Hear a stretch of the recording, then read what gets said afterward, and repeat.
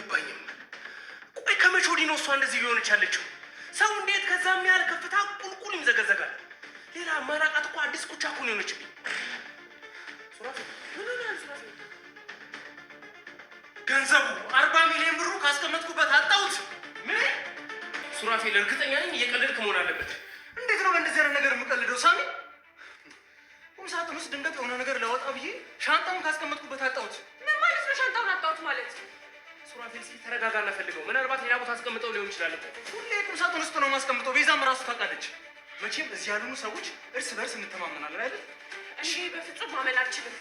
እንዴት ሊሆን ይችላል? እሺ ምንድነው የምናደርገው? ምንድነው የምንሆነው? እስኪ ተረጋጊ ቤዛ፣ ተረጋጉ። ቆይ እስኪ እዚህ ካለነው ሰዎች ውጪ ሌላ ሰው የመጣብን አዲስ ሰው የለም አይደል? እና እነ ሉሲ ወይ እነ ሳሮን ወይ እነ ሽብሩ እና ከነገንጀት ሊወስዱት ይችላሉ እያልከኝ ነው? ምን አውቃለሁ እኔ። 40 ሚሊዮን ብሩ ከአለመስማማታቸው ይልቅ አሁን ደግሞ ሌላ ጦስና ሌላ ጣጣ ይዞባቸው መጥቶ ይገኛል። 40 ሚሊዮን ብሩን አጣሁት ሲል የነበረው ሱራፌል አሁን ማን እንደወሰደው እንዴት ማወቅ እንችላለን እያለም እያፋጠጣቸው ይገኝ ነበረ። ታዲያ ሳሚም ከኩቻ ውጪ ማንም አያደርገውም፣ ስለ 40 ሚሊዮን ብሩ በተደጋጋሚ ስታወራ የነበረችው እሷ ናት እያለም እሷ እንደወሰደችው እየነገራቸው ይገኝ ነበረ። ቤዛ ከዚህ ቤተሰብ ውስጥ ማንንም ልጠረጥር አልችልም፣ ምናልባትም ሌባው ከውጭ መጥቶ ይሆናል ይህንን ብር እየወሰደብን እያለች ብትነግራቸውም ነገር ግን ሳሚና ሱራፌል በፍጹም ከቤተሰብ ውጭ ማንም አይመጣም ሲሉ ነበረ ሽብሩንና ሉሲን ሲጠረጥሯቸው የነበሩት። ሽብሩም ወደ እነሱ በመምጣት ምንም የእናንተ የሆነ ገንዘብ አልነካሁም፣ እኔ ገንዘብ ያለኝ አያቴ ልኮልኝ ነው እንጂ በፍጹም የእናንተ አይደለም ሲልም ማስተባበያውን ሰጥቷቸው ይገኝ ነበረ። ሱራፌል በፍጹም ሽብሩን አላምነውም እያለ ይላል። ነገር ግን ሳሚ ደግሞ በፍጹም ሉሲን አላምናትም፣ በተደጋጋሚ ስለዛ ገንዘብ ስታወራ ስለነበረ እሷ ናት እየወሰደችው እያሉ ሁለቱም የራሳቸውን ግምት እየተናገሩ ይገኛሉ። ሰላም ጤና ይስጥልኝ ውድና የተከበራችሁ ቤተሰቦች እንዴት ናችሁ? እግዚአብሔር ይመስገን እኔ በጣም ደህና ነኝ። በያላችሁበት ሰላማችሁ ይብዛ እያልኩኝ እንኳን ወደ ቻናሌ በሰላም መጣችሁ። ለዚህ ዩቲዩብ ቻናል ደግሞ አዲስ ከሆናችሁ ላይክ፣ ሼር፣ ሰብስክራይብ እያደረጋችሁ ቤተሰብ ሁኑ። ለዛሬው ደግሞ ቤዛ ፊልምን ክፍል 118 ይዤላችሁ መጥቻለሁ። እስከ ቪዲዮ ፍጻሜ አብራችሁን ቆዩ።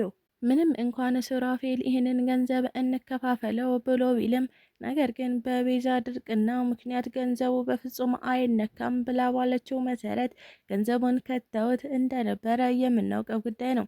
ታዲያ በተደጋጋሚ ሉሲ ሳሚን ስለዚህ ገንዘብ እየጠየቀችው ትገኝ ነበረ።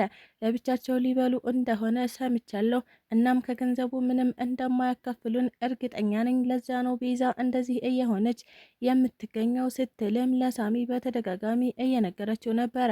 ሳሚም ይህ ገንዘብ በፍጹም የኛ አይደለም፣ ስለዚህ ከፈለጉ ለብቻቸው መብላት ይችላሉ፣ አይ ካሉ ደግሞ ያካፍሉን፣ ድጋሚ ስለዚህ ገንዘብ እንዳታነሺ በማለት አፏን ለማዘጋት እየሞከረ ይገኝ ነበረ። ታዲያ ሉሲ ሳሚ ይህ ገንዘብ እኮ የኛም እጅ አለበት፣ እኛም ለፍተናል፣ ለምንድነው እኛስ ዋጋችንን የምናጣው? ከዚህ ገንዘብ ግማሹን አካፍለውን ቤታችንን እንገዛለን፣ እናም የራሳችንን ህይወት እንኖራለን ብትለውም ነገር ግን እሱ ደግሞ እኔ ሰርቼ መለወጥ እንጂ ተዘርፎ መለወጥ አልፈልግም፣ ስለዚህ ይህ ገንዘብ የኔ ስላልሆነ በፍጹም አያስፈልገኝም ሲልም መልሶላት ይገኝ ነበረ። አሁን ደግሞ 40 ሚሊዮን ብሩ ከእጃቸው ላይ ሲጠፋ ማን መጠርጠር እንዳለባቸው ግራ ተጋብተው ይገኙ ነበረ። ታዲያ ሳሚ ከዚህ በፊት ኩቻ እንደዚህ ብላ እንደነበረ ታውቃላችሁ። አሁን ደግሞ ስልኳንም አጥፍታ አድራሻዋን አጥፍታ ጠፍታለች። ስለዚህ ያንን ገንዘብ እየወሰደችው እሷ ናት ሲልም እየደመደመ ይገኝ ነበረ። ቤዛ ደግሞ በፍጹም አታደርገውም፣ ይህን ገንዘብ ከውጭ የመጣ ሌባ ወይም ደግሞ ዘራፊ ነው የወሰደው እንጂ ሉሲ በፍጹም አታደርግም ስትልም እየተከራከረችላት ትገኛለች። ሳሚም እመኝኝ ቤዛ ገንዘቡን የወሰደችው እሷ ናት፣ ከዚህ በፊት በተደጋጋሚ ለምን አያካፍሉንም እያለች ስትጨቀጭቀኝ ነበረ። ታዲያ አሁን እሷ አልወሰደችውም ብንል ያሳምናል? በፍጹም እራሷ ናት የወሰደችው እያለም ከቤዛ ጋር ክርክር ጀምሮ ይገኛል። በሌላ በኩል ደግሞ ምህረት ናት። ምህረት እንግዲህ የልጇ ጉዳይ እጅግ በጣም እያሳሰባት ቢገኝም አሁን ደግሞ የኢንስፔክተር ዘገየን ስራ ካልሰራሁ እያለች ትገኛለች። እሱም ምንድን ነው እሷም በፊቷ መርማሪ እንደሆነች አድርጋ እየመረመረች እናም ችግሩን ለመድረስ እየሞከረች ትገኝ ነበረ። ታዲያ ባለቤቷን ማን እንደገደለው የነገራት ጓደኛው አብረን ነበር፣ ያንን ገንዘብ ዘርፈን ይዘን የወጣ ነው አብረን ነበረ። ነገር ግን ፖሊሶቹ ሲከታተሉን ስለነበረ እሱ ከጀርባው ሲመታ እኔ ወደ ጎን እጥፍ ብዬ ሄድኩኝ።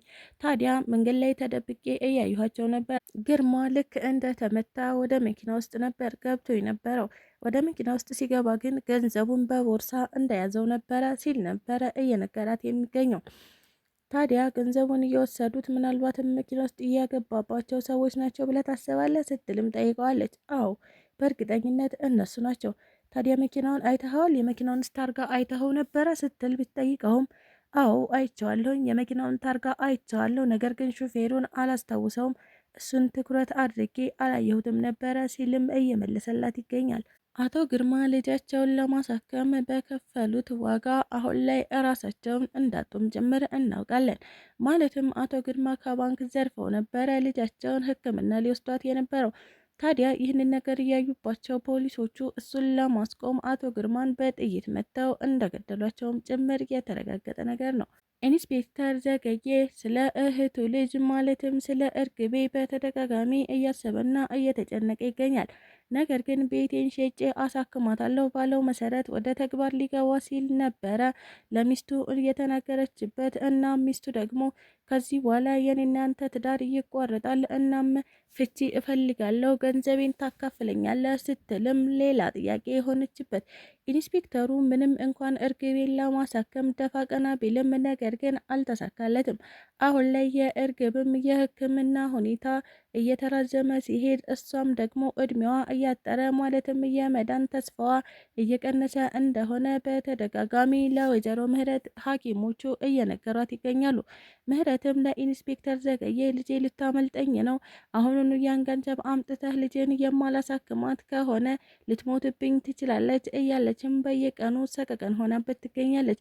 ኢንስፔክተሩ አሁን ላይ ምን ማድረግ እንዳለበት መላው ጠፍቶበት ይገኛል። ሽብሩ እጅ ላይ ያለው ገንዘብ አያቴ ልካልኝ ነው ሲል ሳሮን እየነገራት ይገኝ ነበረ። ታዲያ ምንም ሽብሩን እያላመነችው ሳሮን እንዴት ላምንህ እችላለሁ? በፍጹም አላምንህም። አሁኑኑ ወደ አያትህ ደውልና ገንዘቡን እሳቸው እንደላኩልህ የሚነግሩህ ከሆነ የዛኔ አምንሃለሁ ስትልም እያፋጠጠችው ትገኝ ነበር። ታዲያ ሽብሩን ማመን አለማመን ያንቺ ጉዳይ ነው፣ በፍጹም አያቴ ጋር አልደውልም ሲልም ሳሮንን እያሰቃያት ይገኝ ነበረ። አያት ጋር የማትደውል ከሆነ አንተ ሌባ ነህ፣ ከኔ ጋር በፍጹም አትኖርም፣ እንዴት ቤተሰቦቼ ብዬ የማስባቸውን ሰዎች ገንዘብ ትሰርቃለህ ስትልም ብትጠይቀውም ነገር ግን ሽብሩ አይመለከትሽም፣ እኔ በፍጹም የእነሱን ገንዘብ አልነካሁም፣ አያቴ አራጣ አበዳሪ እንደነበረ ነግሬሻለሁ፣ ከዛ ከአራጣ ከሚያበድረው ላይ ሴቷ አያቴ ናት ሰርቃ ያላከችልኝ ሲልም ለማስተባበል እየሞከረ ይገኝ ነበረ። ታዲያ የነሱራፌልን ገንዘብ ማን እንደወሰደባቸው ያወቁ ቀን ምናልባትም ወሳጁ ስለተቸገረ ነው ብለው የሚያስቡ ይመስለኛል። ወይም ደግሞ ሉሲ አስባበት ገንዘቡን ይዛባቸው እየጠፋች ይመስለኛል። ስለተከታተላችሁኝ እጅግ አድርጌ አመሰግናለሁ። ለቻናሌ ደግሞ አዲስ ከሆናችሁ ላይክ፣ ሼር፣ ሰብስክራይብ በማድረግ ቤተሰብ ሆኑ። እንዲሁም ደግሞ ሀሳብ አስተያየትም ካላችሁ ኮሜንት ላይ አሳውቁኝ። ኢትዮጵያ ለዘላለም ትኖር እያልኩ ሰናበታችኋለሁ።